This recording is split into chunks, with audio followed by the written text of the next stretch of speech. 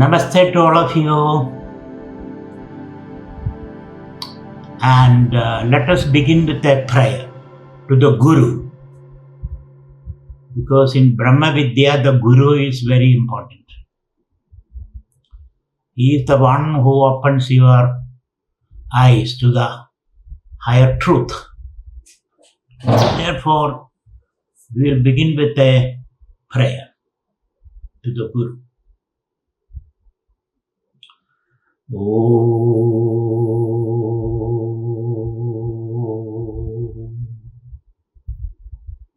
Maunam vyakya pragatita parabrahma tattvam yuvanam varshishthande vasadrishigane avrutam brahmanishthai acharyendram karakalita chinmudramanandarupam Swatmaramam Muditavatanam Dakshina Shri Dakshina Muktimide. I salute my Guru, who is always smiling, enjoying his inner bliss, and who teaches through silence. Because the truth that we seek is beyond words and concepts. So the student has to read between the lines.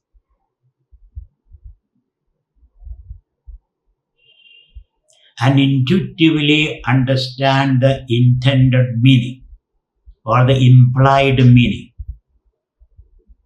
experientially. Therefore, there should be total rapport with the teacher, the Guru, and the student, the seeker.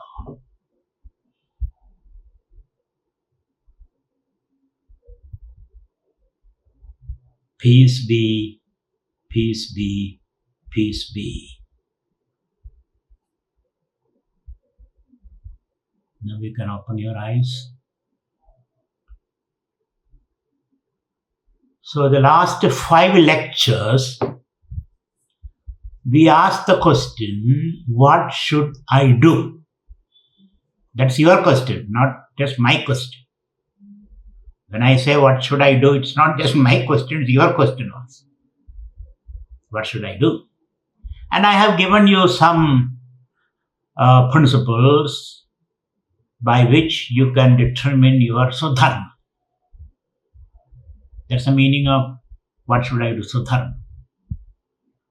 And the first principle was your Dharma should not hurt to the other. What you do should not hurt to the other. Regarding the other is very important. That's called ahimsa. The second principle is it should be in tune with your nature, your prakriti. You cannot go beyond that. Of course, that prakriti has got enough wiggling room for you, but then you cannot go beyond prakriti. Because you are a unique person. And you are valuable with your uniqueness. And the third principle was whatever you do, whatever you should be giving. You should give and receive, the yajna principle. First you think of what can I give. Then you think of what you can get. That's so that you created the flow, energy flow, flourish, riches and all that. The last principle was you have to take care of yourself, swat. You cannot kill yourself, you have to survive. So that's your fundamental right. So put all these things together and you decide your Dharma as you interact with the world. That's what we saw in the last 5 lectures. Krishna says that's your responsibility. You have been given the intelligence. Use your intelligence, put all those things together and decide your Dharma. What should you do? Now, in the Brahman lectures, I plan to give you 5 lectures on Brahman, which is a very, very important concept in the Indian wisdom, Hindu wisdom tradition. The question is, what should I be? See, this is a be question. The other one was a do question. What should I be? Then there is a song like that, isn't it? What is that song? When I was a little girl, I used to ask, what should I be? The be question. Should I be rich? Should I be strong? Or something else? So that question nags you all the time. What should I be? So this is a be question, the Brahman question. That's why be, Brahman. So, what shall I be or what should I be? The question we are going to explore in these 5 lectures.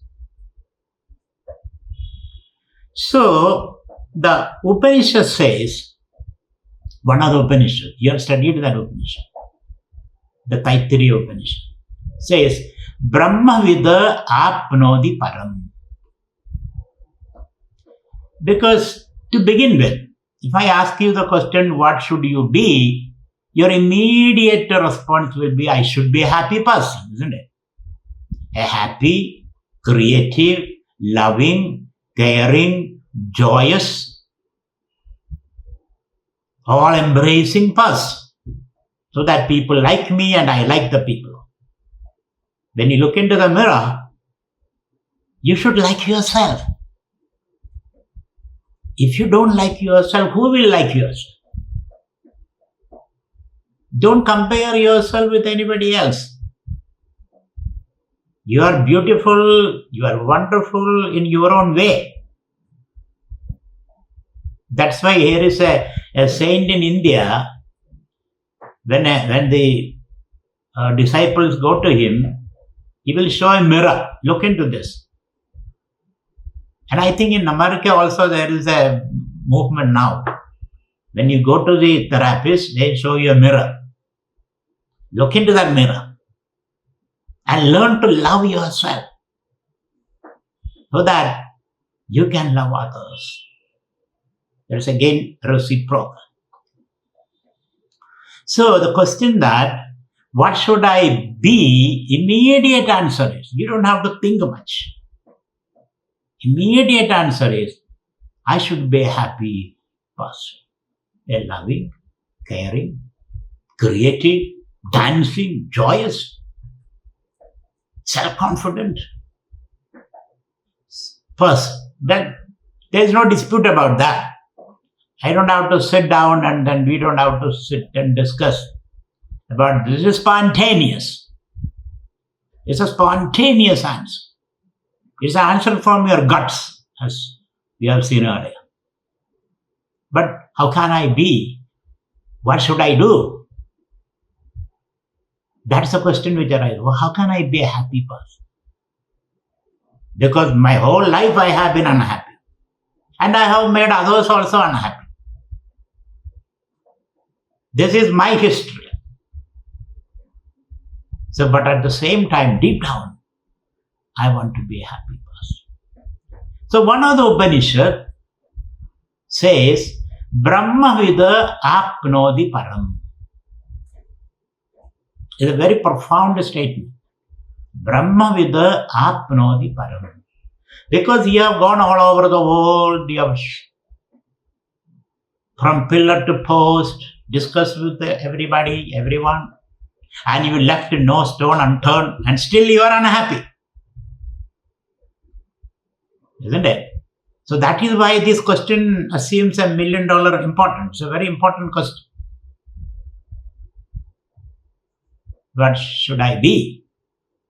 How can I be happy?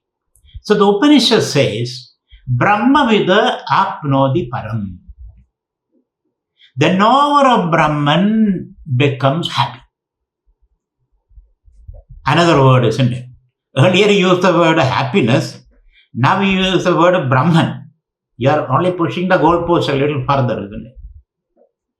Brahmavida apnodi param. The knower of Brahman become, param means supremely joyous, supremely happy, supremely blissful, supremely creative, supremely loving. Because these are all transcendental values which we are discussing. That the knower of Brahman attained the supreme, becomes happy. Now the question is that, immediate question is that, by knowing Brahman, how can I be happy? By knowing B, how can I be C? By knowing Brahman, how can I be happy? So the implied answer is, the immediate answer is, Brahman should be happiness. Isn't it? Then alone, you can be happy by knowing Brahman. See, happiness is C, Brahman is B. Knowing Brahman, how can you gain C? Unless B and C are the same. Isn't it? So, therefore, what is implied there is, Brahman is happiness. That is why the Upanishad says, knowing Brahman, you can be happy. Or you become happiness itself. So in the Indian wisdom tradition or the Hindu wisdom tradition, God is happiness. Because in the Western tradition, we all are seeking God or truth. So truth or God is happiness. A happy person is a truthful person. An unhappy person is a liar. He is lying or she is lying. That I am unhappy, you are lying. You are not unhappy. You are pretending. That's not the truth. So, the knower of Brahman become happy, meaning Brahman and happiness are the same. B and C are the same. Then another question is that, by knowing Brahman, how can I be happy? The second question. By knowing that someone has a lot of money in the bank, by knowing that, how can I be happy? I'll be more unhappy, isn't it? I don't have anything. And I know that someone has a lot of money in the bank. By knowing that, how can I be happy? So when the Upanishad says, by knowing Brahman, you will be happy, just by knowing, not by doing anything. Please understand. Otherwise, if I know there is money in the bank, I can go and break into the bank even at night and take their money. Some doing is involved there. Here he says, you don't have to do anything, simply know. So by knowing Brahman, if I can be happy, what is implied there is, my nature is happiness. My nature is happiness. So therefore, because you use the word I all the time, isn't it? I is self-referral, it refers to who you are. At this point, when you say I, you mean I am a miserable wretch. That is your I. But here the Upanishad says, by knowing Brahman, you will be happy because Brahman and happiness are the same. And the knower of Brahman become happy because your nature is happiness. You are Brahman. Aham Brahmasmi. But I never knew this. I never knew this. My parents didn't tell me that. My teachers did not tell me that in the school and the college. Nobody told. The politicians don't say this. Nobody wants to reveal this truth because that makes you powerful. That makes you free, independent. By knowing Brahman, I become Brahman. Meaning, Brahman, but otherwise, by knowing you don't get something or be something, isn't it? So this knowledge removes your desire for happiness. Because we all are desiring happiness. So the Brahman knowledge, Brahma Vidya, removes your desire for happiness. Whereas other knowledge creates desire in you. Is it not? When I say there is a new car or a new toy or a new gadgets in the market, you read in the newspaper. Earlier you never knew about that. That's a new gadget has come in the market. Now you read in the advertisement. You see the advertisement again and again, because in between, when you watch the movie, in between these ads come. It goes into you subliminally. Then you start dreaming about it. Then you think, without that I cannot be happy. So there, that knowledge about an object which is other than you creates the desire for that object. Please understand how the mind works. Mind can torture you. Mind can put you at the highest level of consciousness also. So when you read about an object, new object, then a desire is generated. Then you are out in the world trying to get that object. Then you put it at the back of your car, buy that object. Then you forget about it. Then another desire comes. So there are two types of knowledge. One type of knowledge is, it creates a desire, restlessness, incompleteness. Another type of knowledge is, when you know it, your desire disappears. Isn't it?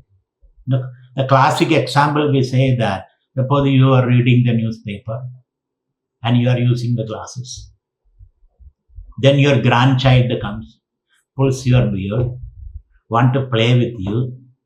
Then you put aside the newspaper, push the glasses over your forehead. Then after some time the child goes. Then you want to again read the newspaper. Then where is the glass? Where are the glasses? You look all around. You don't see the glasses. You call up everybody. You call your wife, your servants, everybody, where are my glasses? Where are my glasses? And nobody dares to tell you that it's on your forehead. How do you know? How do you know it is on my forehead? Do you think you are more knowledgeable than me? Because your ego is pricked. So finally, the same grandchild has to come and tell you, Grandpa, the glasses on your forehead. That knowledge removes the desire for the glasses because it is already with me. Isn't it? Please understand, there are two types of knowledge. One which creates desire, other which removes the desire. So, the Brahma Vidya belongs to that category. It removes the desire. As we have seen in the previous lectures, desire for happiness is the denial of happiness. When you don't desire happiness and you watch your desire, the desire will collapse and your natural happiness will bubble up.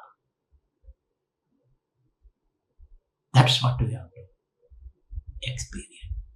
So therefore, Brahma Vidya becomes very, very important. Don't chase your shadow. Sit down, reflect, go deep into yourself. That is what is required to be a happy person. There is no other way. Everybody is promising you happiness. Politicians, economists, scientists, technologists. But they're promising you will be happy later. Later. Always there is a time gap between you and what you are chasing. Because you are chasing your shadow. You're chasing the horizon. The more you move, the more it recedes. So therefore, all these promises that people give, it always makes you more and more desirous, more and more miserable. So Brahma Vidya alone can make you happy. So Brahma Vidya, the other knowledge creates time. Desire is time. And time is your hell. Isn't it? Time is hell. When there is no time. Whenever you are happy, there is no time experience, isn't it? I hope now you are happy, you don't feel any time. When you are unhappy, you feel time. The timelessness is happiness.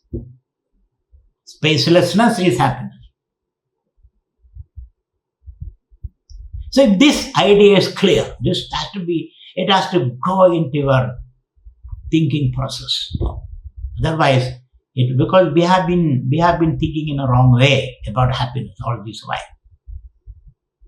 So the Upanishad's promise is you can be happy today, now, here, addeva, atraiva, ihaiva.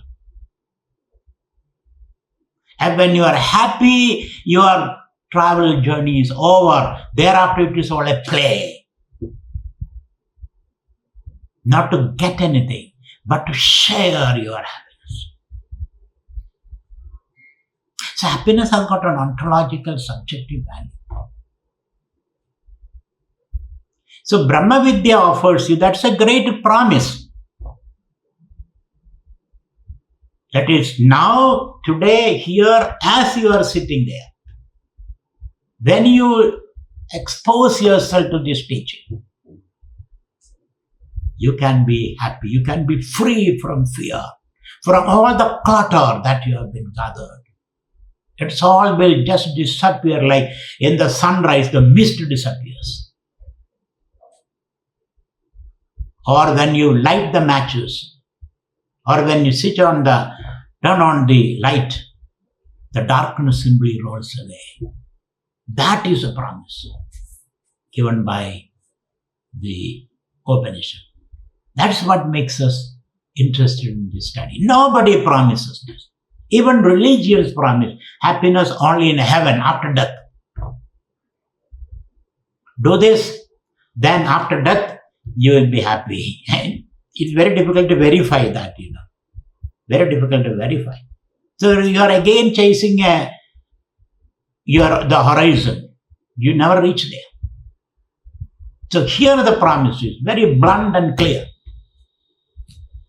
That now, here, as you are, you can be happy. So, let us understand that what we are seeking is happiness. I hope none of you will disagree with that proposition. Nobody can disagree with that proposition. So, let us be very clear about it. Because most of the time we mistake or misunderstand happiness with the money, power, fame, and all that. That's why we are chasing those things. We are chasing money by means, money, power, pleasures, beauty. The most beautiful person is a happy person like Socrates, beautiful person. Physically he may be ugly, but he's beautiful. So most of the time we are confused. There is a lot of confusion between happiness and the other things. So this has to be very, very clear in us. God is happiness. Anandam Brahmedi Vyajanat. Brahman is Anandam. I'm just preparing the ground for Brahman inquiry. Because inquiry requires certain mindset. Because if you look at the wrong place, you will never see it. Most of the time you look in the wrong place. So I'm just preparing your mind. So be patient with me. I go very slow. This is a slow surgery. A slow therapy.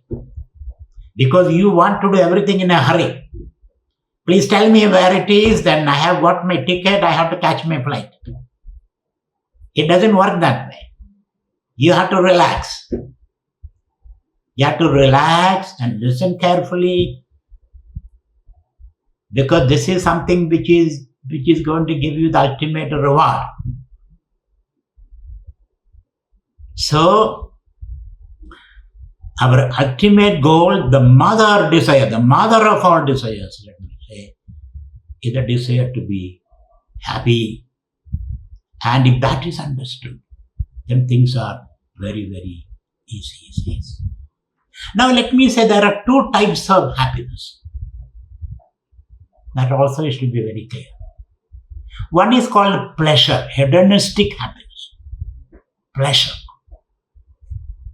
Pleasure is when you indulge in an object of your desire. Please understand. When you lick ice cream, when you eat a laddu, when the laddu melts in your mouth, the ice cream melts in your mouth, there is a joy, isn't it? But then you get the report from the doctor, your diabetic has gone to 200 or 300. Then your pleasure also goes. So one kind of happiness is when you indulge in a desire, object of your desire. And this kind of indulgence, pleasure, is very fleeting. It comes and goes. It is addictive.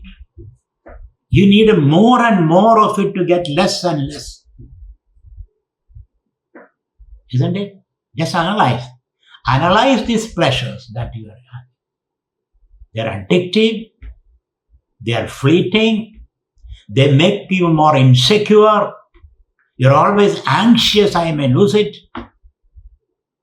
Anxiety comes. Depression comes. Agitation comes.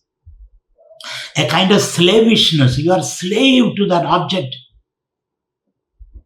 You feel bound by that object. Without that object, you feel diminished. It's a whole lot of problem. And finally, you become sick. Not only you are sick, the whole environment becomes sick. Because you are insatiable greed for indulgence.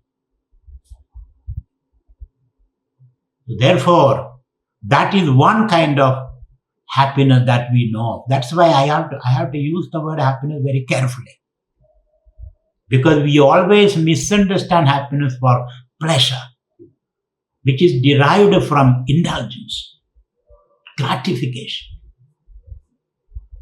And it creates health issues, and it also creates environmental issues. And unfortunately, we are living in a consumerist culture where they have brainwashed you by saying that the more you consume, the happier you become. The more number of shoes you have, you will be happier. So 300 pairs of shoes. Isn't it? It goes on and on and on endlessly. There is no limit. This is called addiction. You need more and more while you get less and less. So you have to come to a philosophy, less is more. Less is more. And it's time that we understand that philosophy. So one kind of happiness is pleasure, hedonistic pleasure. The other, in the Greek philosophy, they call it eudaimonic happiness. A happiness which comes from self-culturing. Disciplining your mind, your body, your mind, your thinking. Instead of looking for happiness outside, you look for happiness by disciplining, culturing, educating yourself. The ability to sit quiet for some time. The ability to watch your breath. The ability to go deep into yourself. And this kind of happiness, the other earlier happiness was Vishaya Sukham. Vishaya means objects, outside objects. Vishaya Sukham. This kind of happiness, the second kind of happiness is called Atmanishta Sukham. Atmanishtam, which is derived from your own inner resources. Your own Atman, your own self. So self-referral happiness and object-referral happiness. One is Vishayanishtam or hedonistic. The other is Atmanishtam or eudaimonic. Sanskrit word is Atmanishtam. So how do you go into yourself? That's what we are going to discuss in these 5 lectures. So don't worry, we'll go slow. We'll go slow. You don't have to rush here. You don't have to compete with anybody. Because this is not a scarce resource we are talking about. It's not a scarce resource. This is a resource which is boundless. So therefore, we don't have to rush. It can be calm, quiet, and not in a hurry. No worry here. So these are 2 types of happiness we should understand. One is Vishayanishtam, the other is Atmanishtam. And so this has to be understood very clearly. So one of the Upanishad sloga mantra says, Pariksha logan karmajidan brahmanaha nirvedamaya nastya grudakrudena tad vijnanartham gurumeva bhikacche samitpanihi sutriyam brahmanishtam. I hope you remember this. This I have analyzed when we studied Muntaka Upanishad. Muntaka Upanishad. Pariksha logan means you go around. Experiment with everything. With the money, with the pleasure, with the drugs. Some people, taken is shortcut drugs. When you take drugs, your brain is in fumes and then you start seeing stars. Everything looks to be one, and then, you dance and you sing and then all that. But after some time, the after effect comes. So that's not the path. Though some of our rishis experimented with that path, they have denounced it later because its after effect is very serious. Therefore, don't go to the path of drugs. It may give you immediate kick. Thereafter, you get kick after kick after kick. So that's not the method. The method is by pranayama, deep breathing, you get a deeper effect. By sitting quiet, you get a better effect. By chanting Om, you get a much better effect. We will be seeing that. So therefore, let us distinguish between these 2 kind of happiness or pleasure. One is pleasure, one is happiness, one is called Sukham. Sukha means space. Ka means space, Su means Sushtu, plenty of space. So when you're really happy, you experience kind of spaciousness, accommodation, love, inclusion. Isn't it? It is when you are happy, you are ready to share. You are ready to include. You overlook differences. When you are unhappy, you are ready to fight, to hoard. So happiness seems to be a solution for all world problems.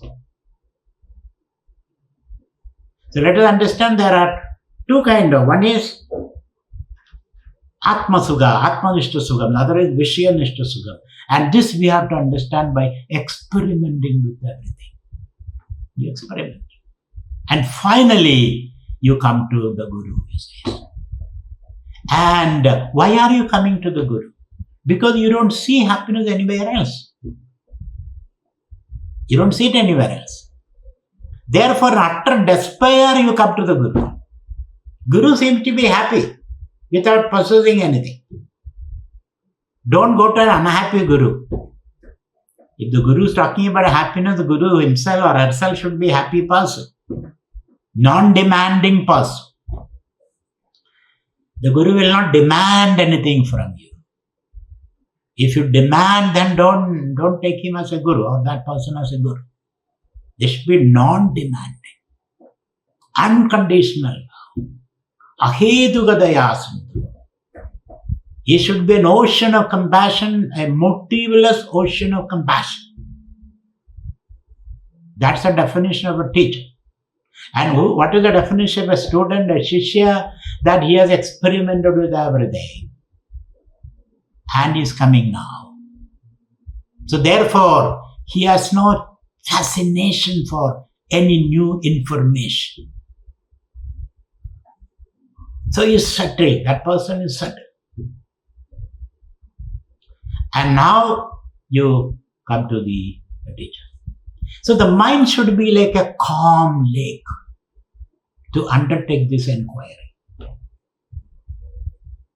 Because if you have seen a lake, if the lake is disturbed, then you can see the depth of the lake. Nor can the lake reflect the sky. The lake is calm. And the lake also should be desilted. Because there is dirt in the lake, then you will not see because it disturbs.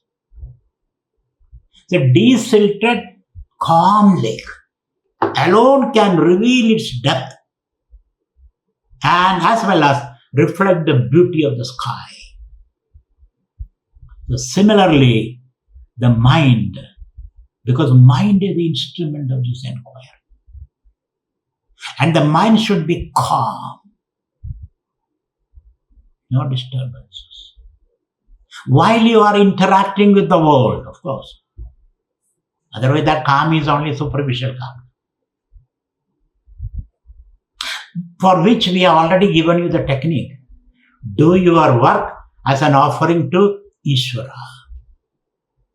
Don't react to the outcome of your work. Because your happiness is not the outcome of your work. Your happiness is deep within you. Success or failure shouldn't matter. Gain or loss shouldn't matter. Friend or foe shouldn't matter.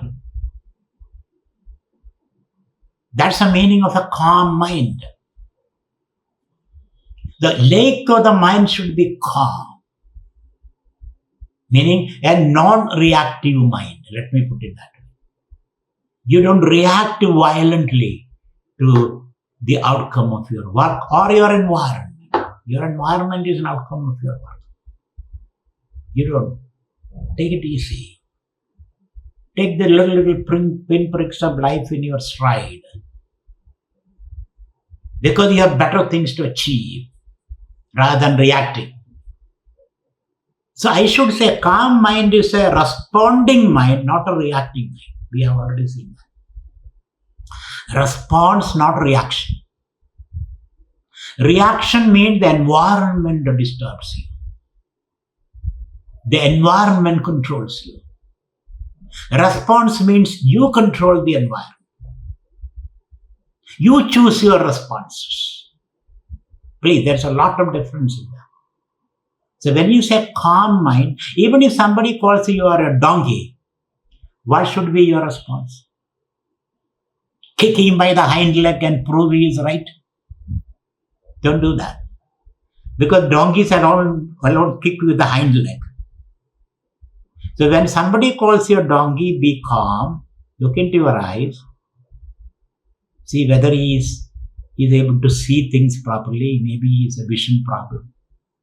He is not able to distinguish between a biped and a quadruped. So feel pity for that person. Isn't it? Otherwise, you can call him a double donkey. Now there are 3 donkeys in the room. So don't do that. You see, what a beautiful life can be, so beautiful. So rewarding and enriching and learning experience. Then you keep the mind calm and avoid reactions. So that imagery is very, very good for you. That the mind should be like a lake. Calm, desilted, no reaction. And that mind can reveal. So this body-mind-ego complex is the vehicle for this Brahman inquiry. The body-mind-ego complex, Sharira Madhyam Khalu Dharma Sadhanam. We have seen that. The body-mind-ego complex is a vehicle for Brahman inquiry. There is no other vehicle. And the body should participate in that inquiry. The mind should participate, the intellect should participate, the ego should participate in that inquiry. They should be working together in tandem.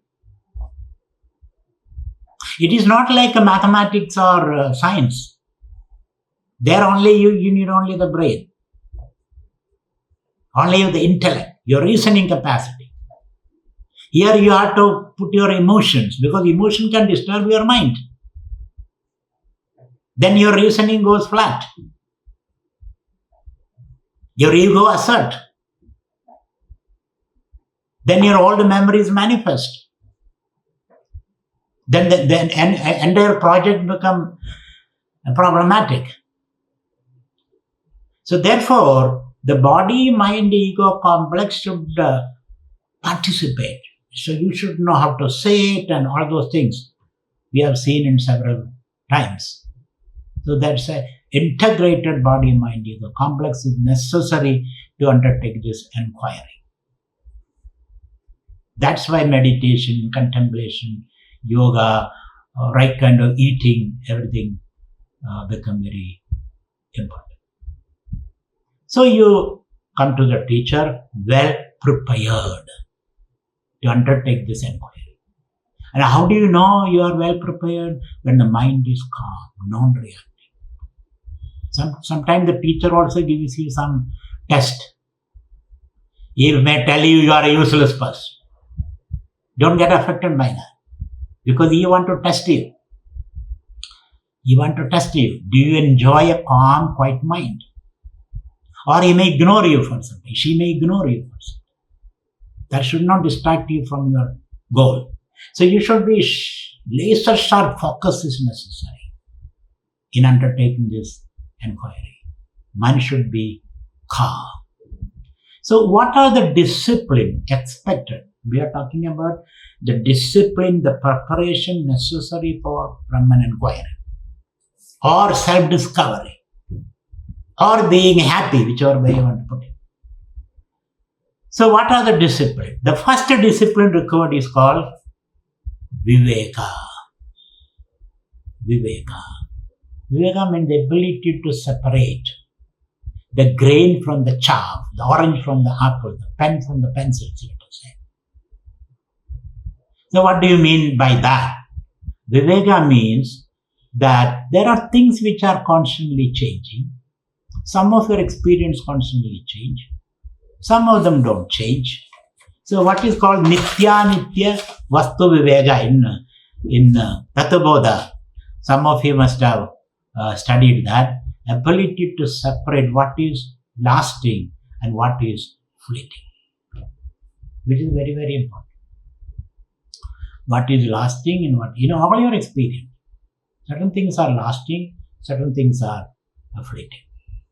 Or in this context, we can say, what is pleasure and what is true happiness. We should be able to distinguish what is pleasure and what is true happiness. And so we have to think about a little bit. All your experiences to be analyzed like that. Because life is a series of experiences. And some of them lasting. Today somebody calls you a donkey, tomorrow he can call you are the most intelligent person. Or today somebody may call you intelligent, tomorrow he can change your mind. So these are changing experience.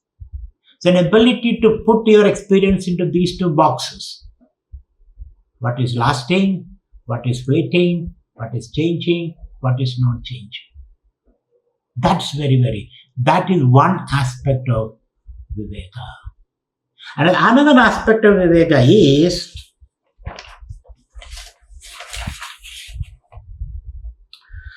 that happiness which you are seeking is not outside.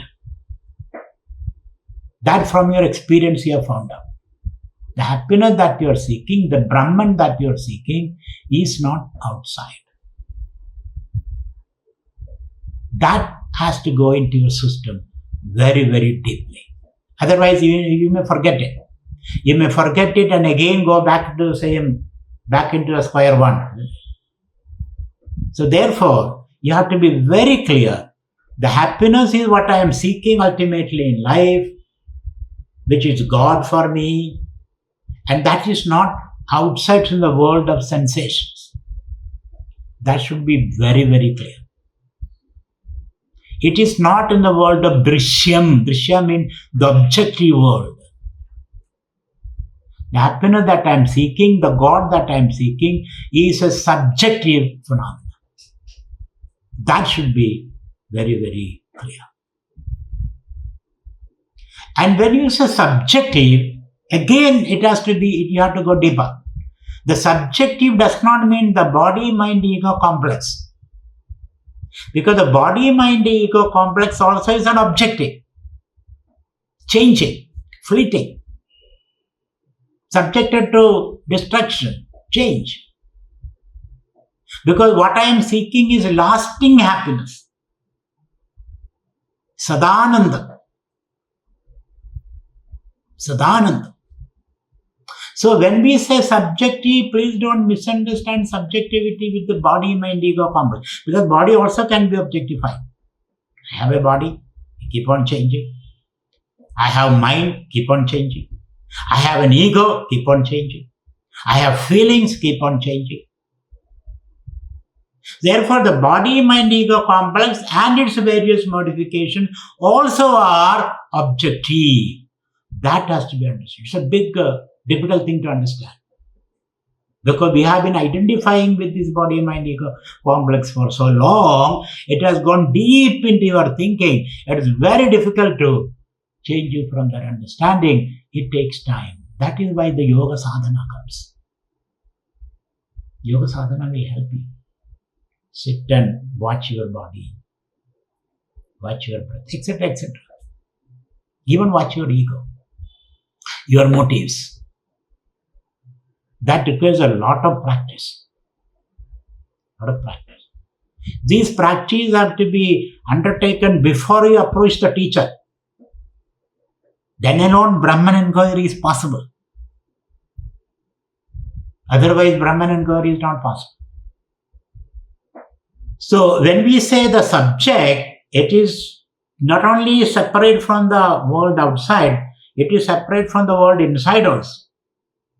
Body, mind, ego, complex. So, subject has got a deeper depth and dimension, which is called Drigdrishya Vivekam. Drigdrishya Vivekam.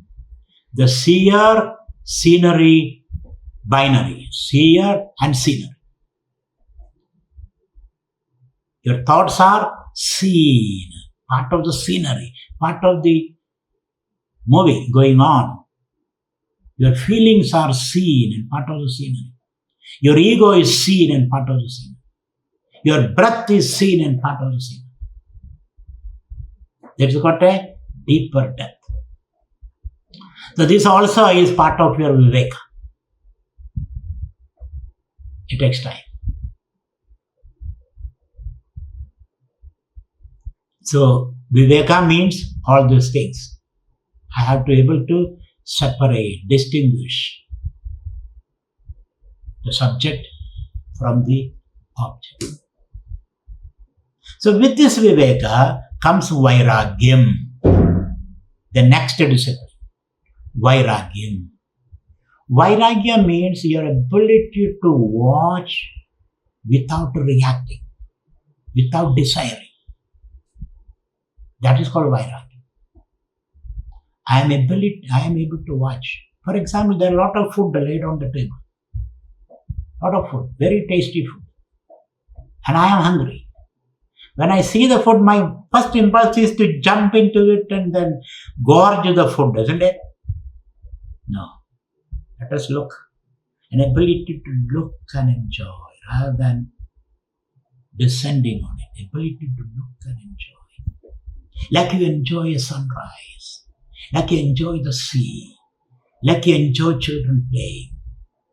You don't have to indulge and possess and hoard. So that is called Vairagya. Vairagya is not dislike for the world. Vairagya is not suppressing your thoughts. Please understand. Vairagya is watching the flow, the melancholic flow of thoughts, feelings, events, without getting soiled by them, without making them an object of your desire. Just watch. And I tell you, you'll really enjoy the inner theater and outer theaters. The best way is to watch the movie, sit comfortably on your chair and watch it, isn't it? Don't go and touch it or don't do anything. Just watch it. That's Vairagya. And that gives you a lot of mirth and joy and pleasure and freedom. So Vairagya, watch. And this watching should be more done in the inner theater. Watching your emotions, your thoughts, your intentions, your dreams, your aspirations. Outside, of course, it may be easier, but inside it is very difficult to watch the inner dimension, inner theater, which requires some training. So watch, that's called Vairagyam. Vairagya is not hating the world, but watching the world without reacting. So two things. The one is Viveka, the other is Vairagya, the ability to watch and enjoying it, enjoying the play of things. Then there are some other supplementary discipline that you have to cultivate. One is called Dhamma. Dhamma. That is called Shama. Shama Dhamma. Two things. Shama means reducing your desires. These days, the materialistic culture wants you to increase your desire exponentially. Put more money into your hand so that you can buy more things, so that you can exploit nature more, so that you can pollute the environment more, isn't it? So here, Shama means reducing your desire. All those desires are not necessary. They are useless. That is called Shama.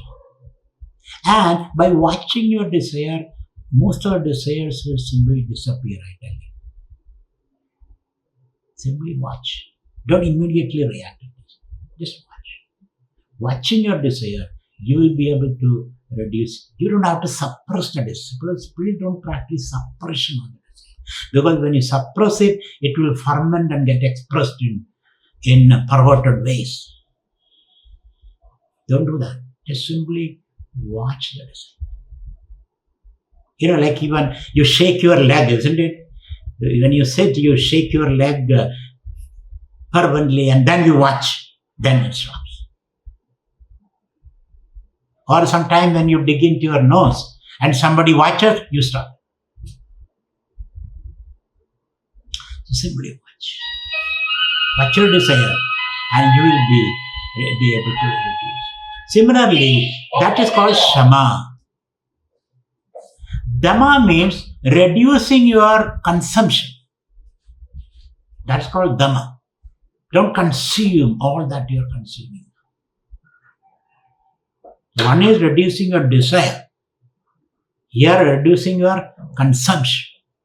What you consume materially. Reduce it. Moderation. That is called Dhamma. So, Shama, Dhamma.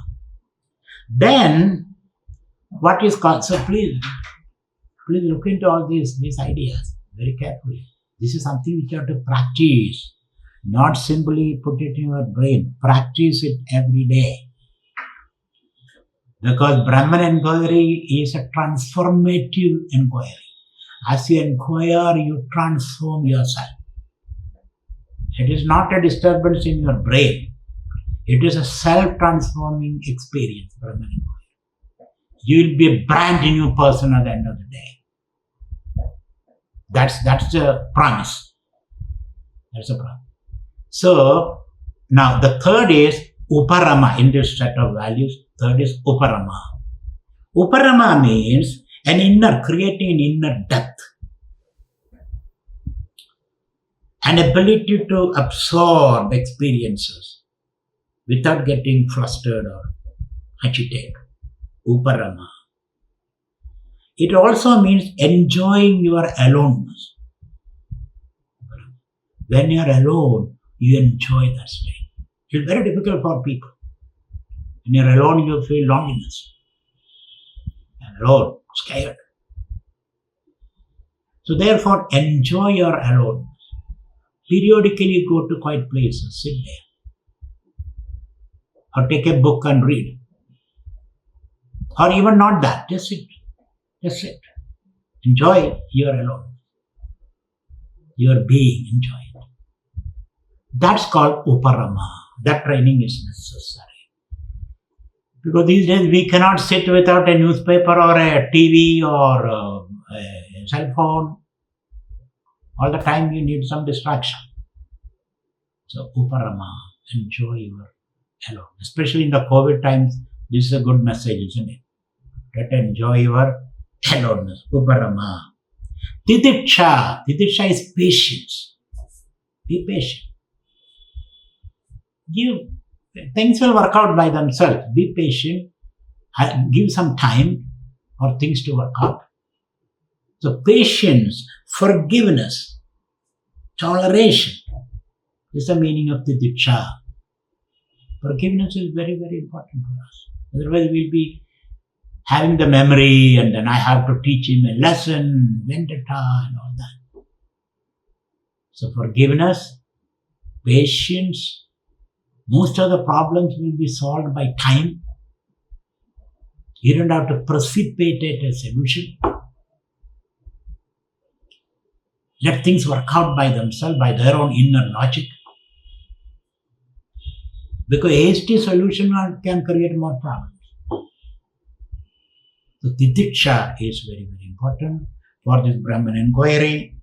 Then shraddha. Shraddha is faith in yourself, that I can do it. Faith in your teacher. Faith in your therapist, let's say. In your doctor, in your lawyer, whatever you want to say. Faith in yourself.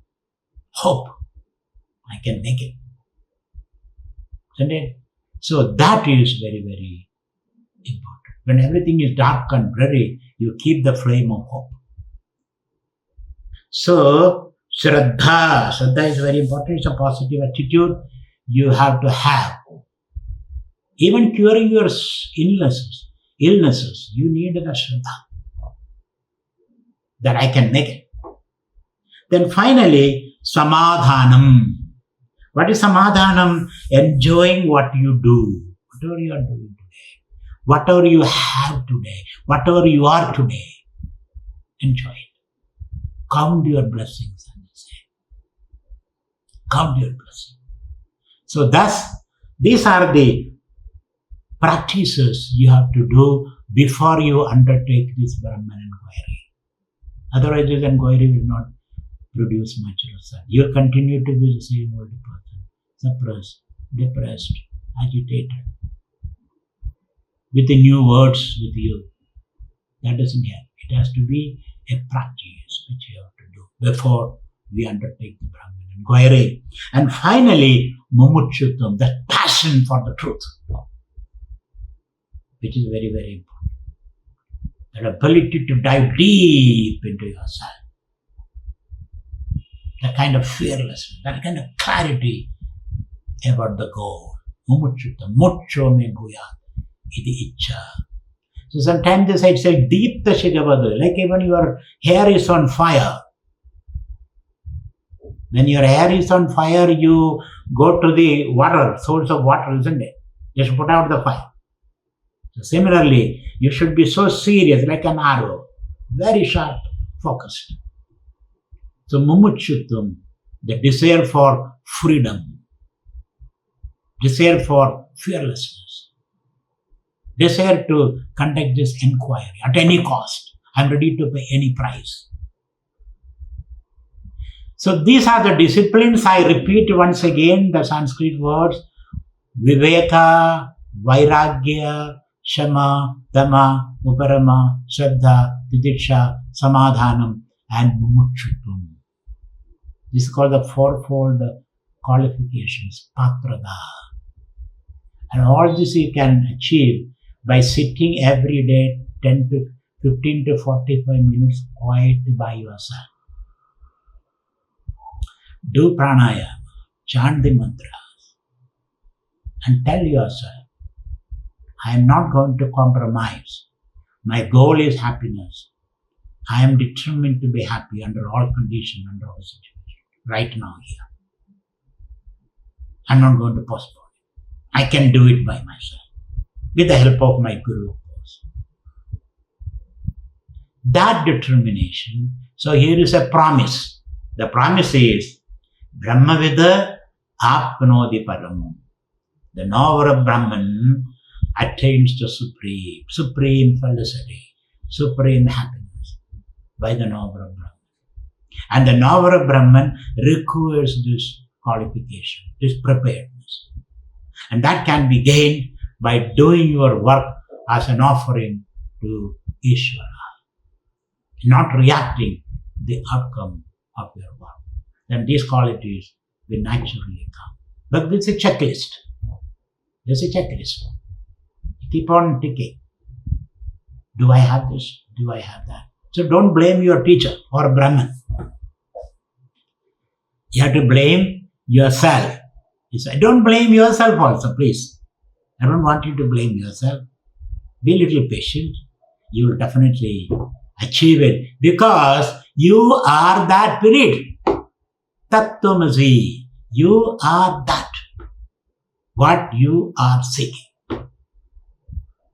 If I am that, how do I own it up? That's what we'll be seeing. Next talk, I'll be giving an outline of that Brahman. General idea.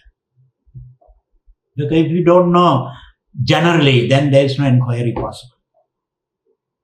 So I'll give you the outline of Brahman. The next talk.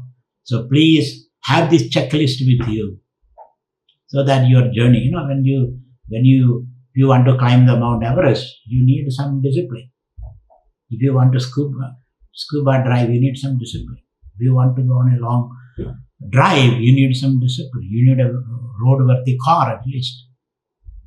So similarly, the mind is an instrument.